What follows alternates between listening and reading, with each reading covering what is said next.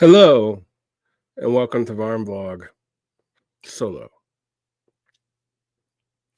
Today, I'm answering a question that comes up a lot in my world, and that is, what do I mean by decadence? I'm a left-wing theorist who uses the word decadent a lot. I use it in several different contexts. I have a whole series with the Regrettable Century with two of the Regrettable Century hosts, the brothers Chris and Jason, on decadence theory in both Marxist and conservative terms, but I don't mean it the way you commonly see it used, which generally refers to sexual morality. Frankly, since I've studied anthropology, I understand that sexual morality is so variant that placing any universal standard for sexual morality as a norm becomes instantly problematic historically. That is not what I'm talking about. The gays are not particularly decadent in the sense that I mean. Right. You're like, oh, the gays, how use that terminology. It's the way it's normally used, right? LGBT plus. LGBTQ plus. And actually, I've never really understood the Q added to the plus since the Q covers all of them. But nonetheless, I might call that linguistic decadence, but it has nothing to do with the sexuality involved. It has everything to do with overcomplicating the identification. But by decadence, I also don't just mean overcomplication, but I'm going to have to explain that too, because that question comes up a lot as well. Isn't everything always super complicated? Hasn't the world always been that way? I'm not talking about the material world, which is always super complicated the more you know about it. The complicatedness of the material world is beyond our comprehension, frankly. Even when we understand it, like emergent properties of LLMs, we don't understand how it always does it, and we don't understand all the knockoff effects. When I refer to overcomplication, I am referring to a lack of returns on complicated social infrastructure that you need to know to navigate a social system to gain access to material goods and our knowledge of the world. Not the complicatedness of, say, physics or advanced math. Now, the same kind of cognitive limitations apply to those things that apply to social overcomplication, but those things are steady state. We discover the complications, but the complications have already existed in the world. I mean, maybe they increase over time, or maybe they decrease as entropy wears them down. I don't know. There's theories as to both. But what I'm talking about is the social infrastructure we use and have to navigate on a daily basis, and the technology that develops from that we use and have to navigate on a daily basis, how complicated that is, and how much energy flow and human resources you have to throw at it to maintain that complication. At a certain point, that requires people to invest in more and more specialized knowledge, which means the range of focus of specialist and advanced and elite people in the society, and by elite here I mean people with training, becomes harder and harder and harder to measure. And so you need to know more and more stuff about fewer and fewer things and less content. But also, since you've invested so much time in knowing that stuff, you feel like you can generalize to more and more of society. Why is that overcomplication? Well, because it takes lots of resources to do, and understanding where those resource flows come from become harder and harder to manage in and of itself. Merely maintaining the databases and the resource management becomes a physically harder task, involving more and more people with less and less people who understand everything that they are managing. So when Joseph Tainter talks about overcomplication, that is the definition I'm using. Now, we can talk about like overcomplication of causes. That's overdetermination. So there's so many different causes that we can't pinpoint just one and reduce down and study that, because the phenomena is emergent from overly complicated stimulus or causes. That's a different problem, but it's related. All right. So that's one aspect of what I mean by decadence. Nor do I limit myself to decadence in the way the international communist current or cancel communist or some left communists do, to mean the amount of real subsumption to capital that exists, which is always rather vague, or more concretely, where we are in the declining rate of profit cycle before there is a reset, reducing the amount of overproduction so that consumption can meet production demands and things can flow smoothly. That is the way some Marxists have defined decadence. But to me, that is just crisis theory. That doesn't explain everything else unless you believe that everything in society, including like politics, is assumed in a 1-to-1 ratio to the profitability rates, and the profitability rates are hard to measure. I tend to think that we can't measure them. We can only kind of see them in gross domestic product growth rates, which have tended down in advanced societies. Even say China, which does really good, is at 5%. But 20 years ago, China was growing its GDP at 20%. Right? So its GDP growth rates tend downward, and they cap out. And then sometimes you'll see them go down into recession levels, or sometimes they'll bump up to like 5% because of some new technology or a new technological cycle begins. But again, that doesn't explain everything in society. I don't think there's a 1-to-1 correlation to all elements of society, so I don't call that general decadence. So for me, decadence is 1, overcomplication, 2, overproduction of elites to deal with that complication. So this is overproduction of elite theories. This is separate from like capitalists. We're not necessarily making too many capitalists, but we're making too many people who have specialized educations that are needed for specialist things, that eventually we actually start maintaining the systems to produce those people by over enrolling people in those programs, overproducing people with those skills, and then throwing them out in the general population to be highly dissatisfied with jobs that don't use the skills that they train for and that require skills that they don't have. So overproduction of elites is tied into this. We will also see that buffer stratas of society that keep people from falling into the lower rungs go away. And so who has power and status becomes more familiarly locked. So you see that the same families have accumulated early on are the same families accumulating later, and there's a glass floor for their children, but there's not true for most of society. This is decadent, not from a moral standpoint, although I do think it's morally irreprehensible, but from a standpoint of the ability of knowledge growth, because there's little competition among these real estate elites for knowledge to be grown, even though there's plenty of elites being overproduced and thrown into society. Because the edge that already having accumulated wealth gives you means that you won't fall down regardless of your skill set where other people do, which makes the leaders more incompetent. But on the bottom end of things, you start seeing de-skilling of, quote, low-skilled workers. That requires less and less skill and cognitive things to do, because this is outsourced to technology that no one, and again, not any one person understands all of, and you start seeing declines there as well. Lastly, I think what you have is technology that people become increasingly dependent on but cannot repair and can't repair itself. So you become more and more dependent on technology that will decline over time, but that very few people, and maybe even anybody, can still fix. There's technology from the 1950s that we can't replicate today. There have been times in history where cultures that built pillars, for example, in ancient Egypt, they built these massive pillars. People lost the ability to do that for almost 1,000 years in ancient Egypt. You're like, it can't be that hard to build a pillar. Yes, it is.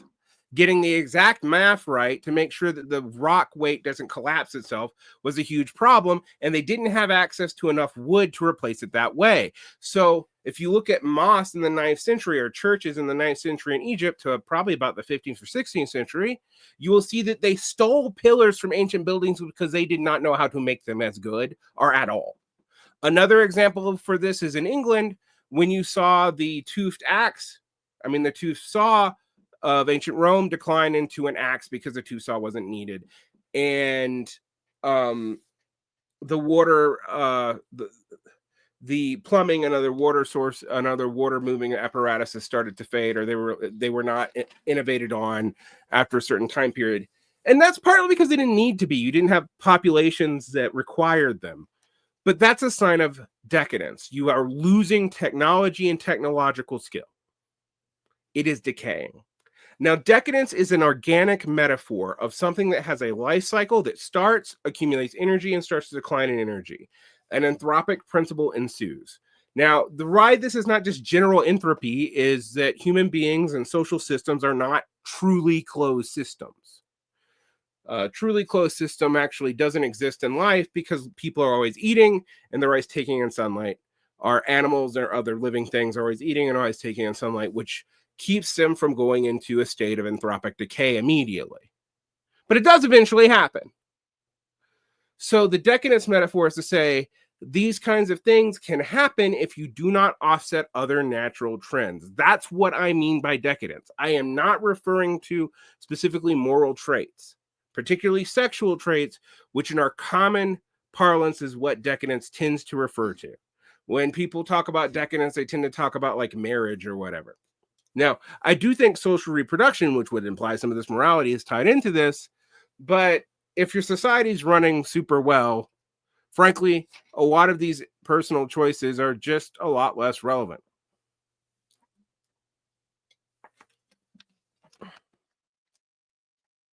Now, the way you often hear decadence used traditionally is that a society has been super successful, but it has made itself soft.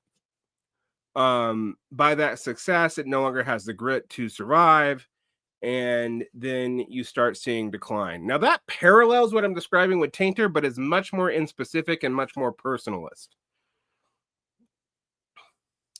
When I say current society is a lot dumber than in the past, I'm not actually meaning that people are getting less intelligent, although intelligence growths on IQ tests and whatnot have stopped. There was a thing called the Flynn effect for most of the 20th century that every generation showed a standard deviation, or maybe a half standard deviation of improvement on IQ. Then the generation before it, it ended around the 2000s. There's been all kinds of speculation as to reading or schooling, or we can't get a nutrition any better, or stress is too low or stress is too high, is why the Flynn effect went away. All right. I don't know. I'm not even sure that those tests are super valid, but I'm just telling you about it. But even that by itself is not what I mean. I don't assume that, like, when I talk about like Gen Z being a lot less literate than other high school graduating generations, I don't mean that those high school graduating generations are as literate now. In fact, one of the things that you'll see is the general literacy rate of society is pretty much similar in all age cohorts, even when it was higher when these cohorts graduated from school, which implies this is a social problem larger than just education. Thus, it is a decadence problem. So, overcomplication, overproduction of elites, and I do not just mean capitalists, declining returns, so the tendency of the rate of crop is for fall, systems that are too sclerotic and over bureaucratized and have too much center, but then people being pushed further and further downward with less skill sets at the bottom and more specialized skill sets at the top that are not generalizable. I would say this is a recipe for a decadent society. That it is running out on a life cycle and needs to change what it is doing to both simplify and become more equal and increase competition. I do not see cooperation and competition as inherently antagonistic, believe it or not.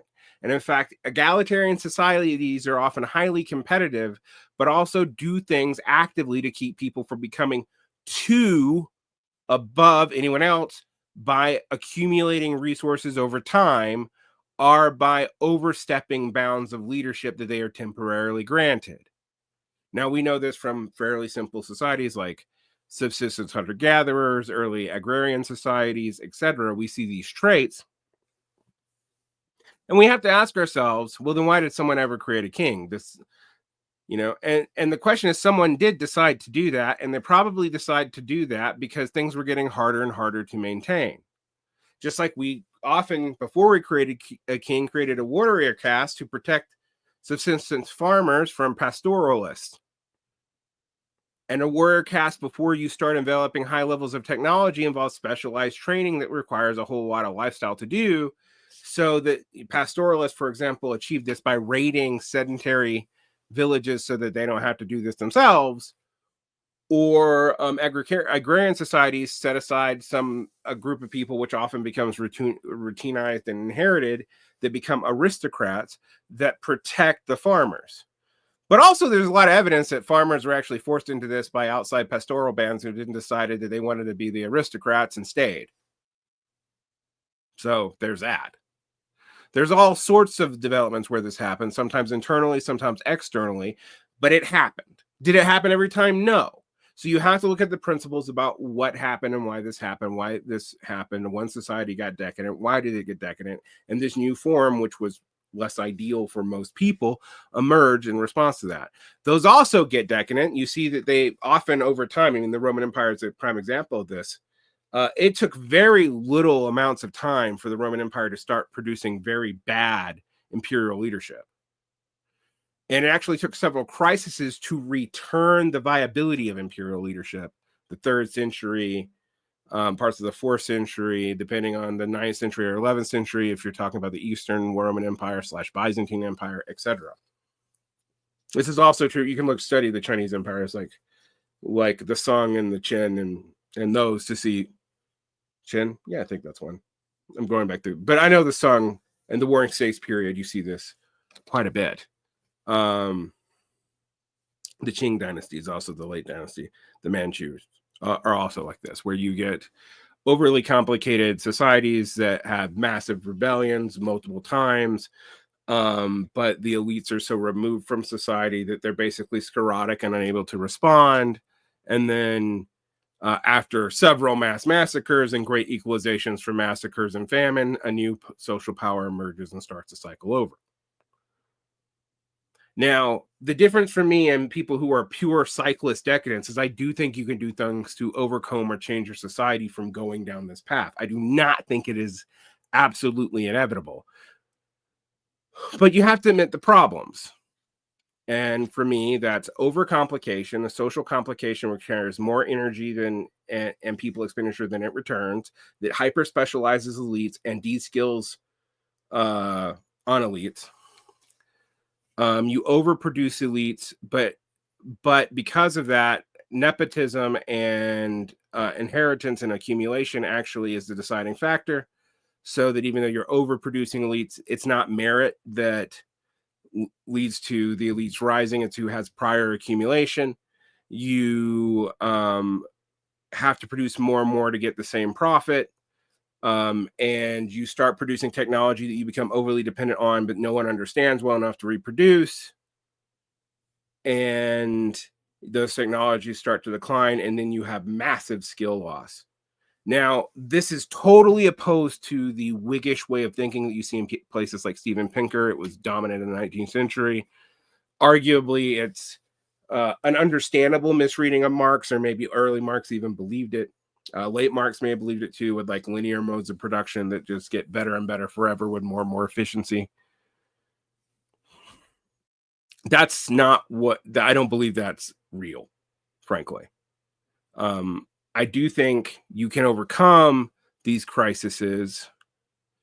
And I do think a lot of them are described in Marxism, but not all of them. In fact, many of the ones I described today are not part of traditional Marxist understanding of the world. And they do have character and social reproduction effects. But my prime focus on when I talk about decadence is not on morality. It's how easily is your society sustainable at current energy costs, and how skilled are the people that live in it, and how readily can they adjust to the situation. Remember, survival of the fittest isn't about the survival of the strongest. It's about the survival most optimal to a particular situation in time. That's what you need to think about when you think about decadence, when I talk about it, not whether or not people are craven or are immoral. We don't have a universal standard of morality in this culture anyway to judge that by. In fact, I'm not sure we ever did, even in Christendom, or the Ummah, et cetera, et cetera, et cetera, or the Sangha. Pick your religious community. But on that note, good luck. Protect your peace. I'd like to thank our new Kano Kahanan, our $10 supporters. We have a new one. I'm going to make sure I get his name right.